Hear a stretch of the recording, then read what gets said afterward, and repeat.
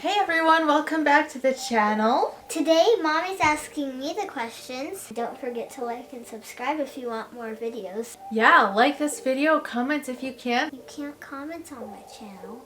Yeah, she can't have comments until she's 13. That's only in 4 years, yay.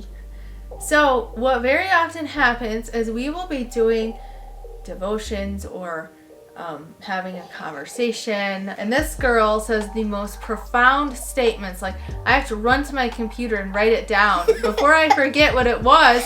You do that every time unless I write it down. So we have this whole list of Audrey-isms, and I decided we should make a video with her talking about some of these so you guys can benefit from it as much as I do. So read out loud the first one. The first question. Oh, what? What am I doing? Read out loud the first thing on there then. This one? Yes. Okay. So at one point in time, I don't remember the background, but I quoted her as saying, "You experience what you are." Yes. So we were watching an Aaron Abke video, and he was saying that if you woke up in the morning and you feel like you were having a bad day, then it's going to seem like everyone's out to get you. I'll use myself as an example of what not to do. I recently fell and bruised my tailbone, and I've been doing a lot better. Like every single day I'm better and better and better. Yes. And then good. I had a morning where I had to go out and about, and there was things that I had to do, unavoidable, and I had a really bad morning because I was in a lot of pain, and it was one of those things I just had to push through until I could get home. Well, of course, I get in this really negative mindset, like, I thought I was doing better, why am I in so much pain? As soon as I get home and lay down, all of a sudden I'm feeling like the world's worst mother because my kids haven't seen me all day, and here I have to go lay down. My computer broke, and now Ryan has to figure out how to fix it. I fell and bruised my tailbone, now I can't do anything, and I'm starting to just, everything is compounding, and every single thing that happens to me is making me feel like a poor excuse for a human being, and like I'm really getting down on myself. It's not long before you get in that state of mind before you're taking it out on everybody, or you're becoming really needy because you need other people to build you back up. Yeah. And then once you start getting in that mindset, you're just realizing every little thing that went wrong today. Whether it's you accidentally spilled just a little bit of water from the mopping water on the floor. Basically, it's remembering who you are. I am a child of God.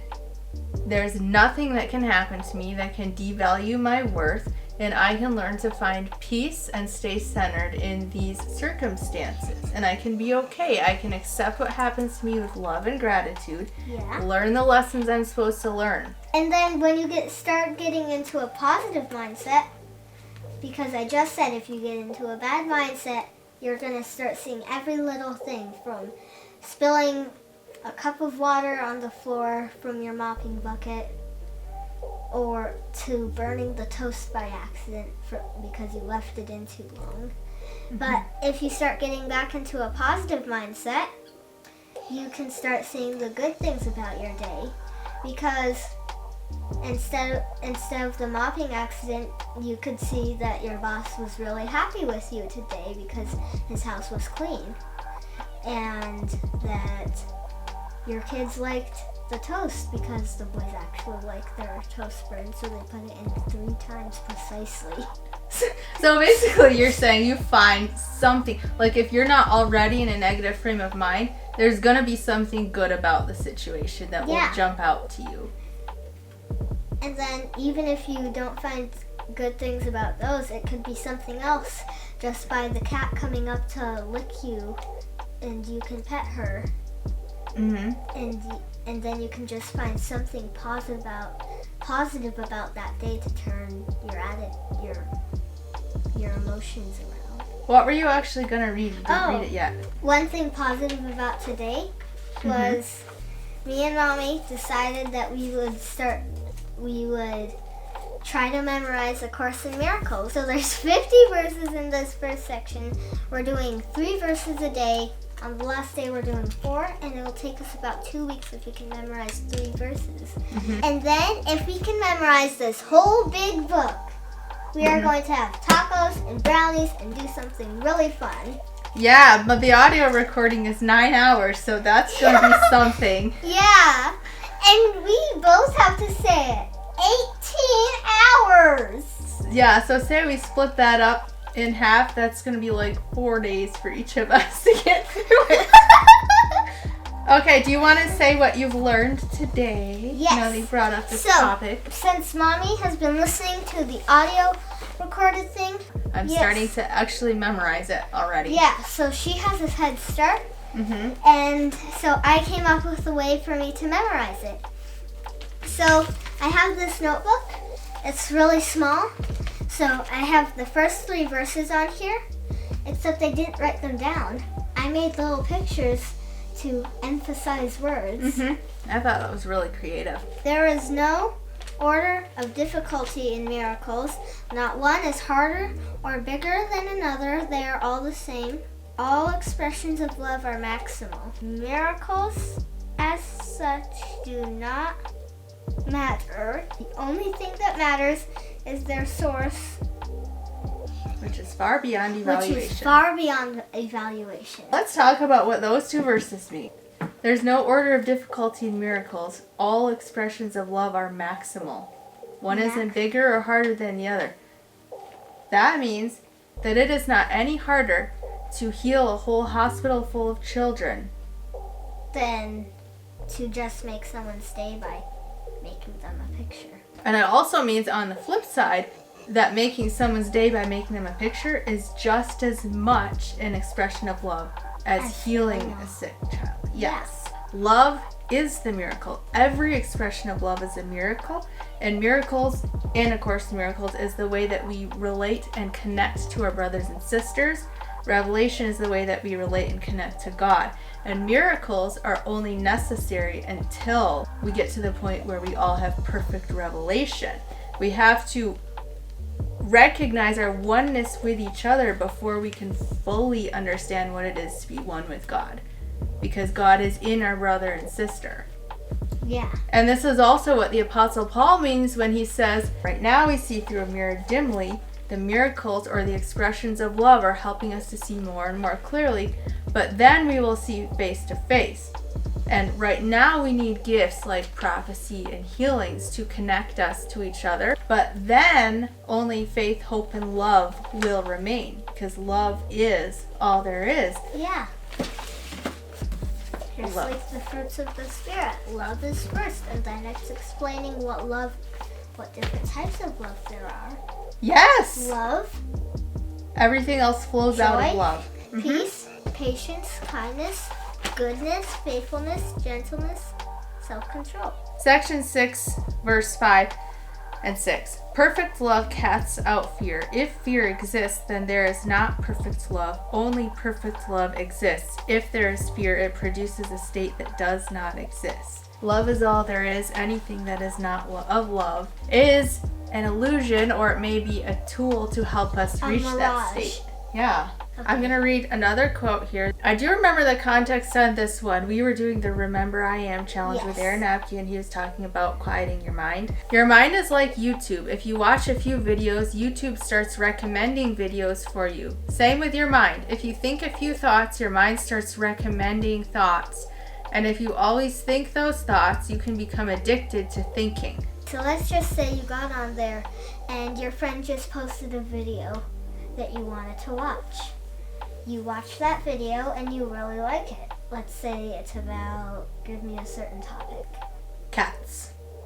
It's a video about cats. When you go back to the home page, it's going to start showing you cat videos, and then the more you watch them, the more it'll start recommending, which means that you can start getting addicted to watching cat videos.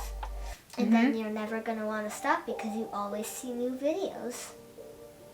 So it's the a same vicious with thinking. cycle. The more you watch it, the more you're going to watch it. Yeah, so what was that word? Not addicted. Obsessed. Oh, uh-huh. You can get obsessed with thinking or thinking about something. So let's say you are obsessed with cats, and it's I am not obsessed with cats. Is there something wrong with that? Continue. Yeah. So let's say you get obsessed with cats, and it's not wrong to be thinking about cats. Mm-hmm. In a happy, excited feeling. Being obsessed is actually the opposite of that. Mm-hmm. You're still thinking about them, but you have an unhappy feeling because you want more of that. Right. And then you feel like you're never gonna get enough. Let me ask you this. So if you do find yourself stuck in a negative cycle of thinking, like what we're talking about, Yeah. what would you do to get out of it? Because that's, a lot of people just get stuck. Because when you think, it produces emotions, and you actually do get addicted to those emotions, whether it's self-pity or anger or helplessness. Just these emotions can be very destructive, addictive. I know this because I was stuck in very negative patterns of thinking for years, and I didn't break free of it because honestly I was just so used to it. It was comfortable. So how would you... You were comfortable with not being content? Mm-hmm. I was a very different person back then. I would tell them to be thankful for what they do have. You're never going to get something that you don't have. That's why people in church singing songs about, I want more of you, God. Then you're making God something outside of you that you have to somehow possess. Nothing that you ever possess will make you happy. It's what you already have. It's what you already are. You are infinite. You are connected to springs of living water. Quote number 3. This girl is a coder. She has taught herself to code. How many different languages? Well, the ones that I know in general are JavaScript and HTML, and I'm not sure what I want to do next. As a side note, it was so Lua. funny. Lua? Yeah, I'm learning Lua right now, little by little. She was reading, I believe it was online, about people who teach themselves to code. And she goes, there's people who teach themselves how to code? Wow, they must be so smart. I'm like, isn't that what you do every afternoon on your computer? No, I don't teach myself to code. I read websites that teach me how to code. God is like a coder, the body of code is like the galaxies, and the characters are like the living beings. If even one character of code is missing, nothing works. So if even one living being was missing, the whole universe wouldn't work. When I mean bodies of code, I mean sections of code. Like, you need to code each character that you make and stuff. Mm-hmm. And then the living being and the planets are like the words of code. But the living beings on the planets, it can be a tree to an ant, or even an atom, are the letters of the code. And even if one of those letters was gone, that means the whole thing wouldn't work. If one of those letters was uppercase when it should be lowercase, it wouldn't work. Everything is perfect the way it is. I just thought that was really profound because I've heard statements like this from near-death experiencers. I believe it was Pam Reynolds. I'll link it in the description. Pam Reynolds had an experience where on the other side, she experienced that every single created being is like a note in a giant symphony. And she said, it's impossible to be eternally lost because if even one person was missing, the symphony would not be complete. There would be a big hole in God's plan, and that's not possible. What does that say about the evil in the world? What does that say about whether or not people can suffer eternally? That's like a debug, Mommy. So, Daddy told me that even the best coders in the world have lots of debugs. When you think that your code is perfect, you see something's wrong. It'll notify you probably in most places. It'll notify you and tell you that there's a debug. And it doesn't mean that God made a mistake. It just means we have to help fix it. I think you had one more question. Yes, this is my favorite Audrey quote. My favorite quote that she has ever said.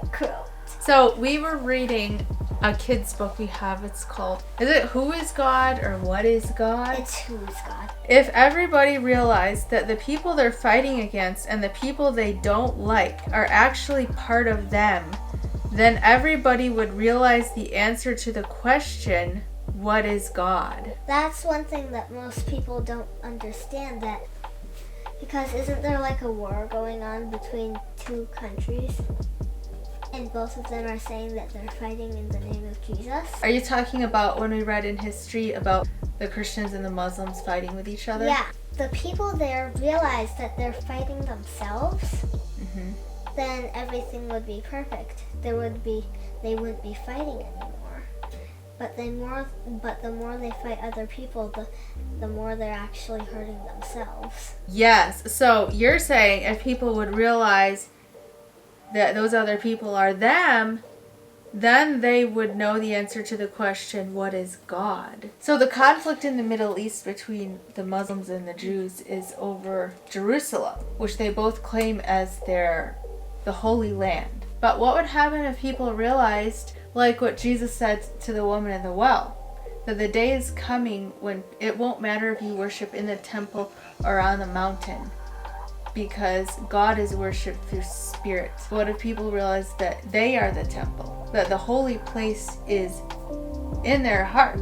The connection between realizing that the people we're fighting against are part of us, and that answers the question, what is God?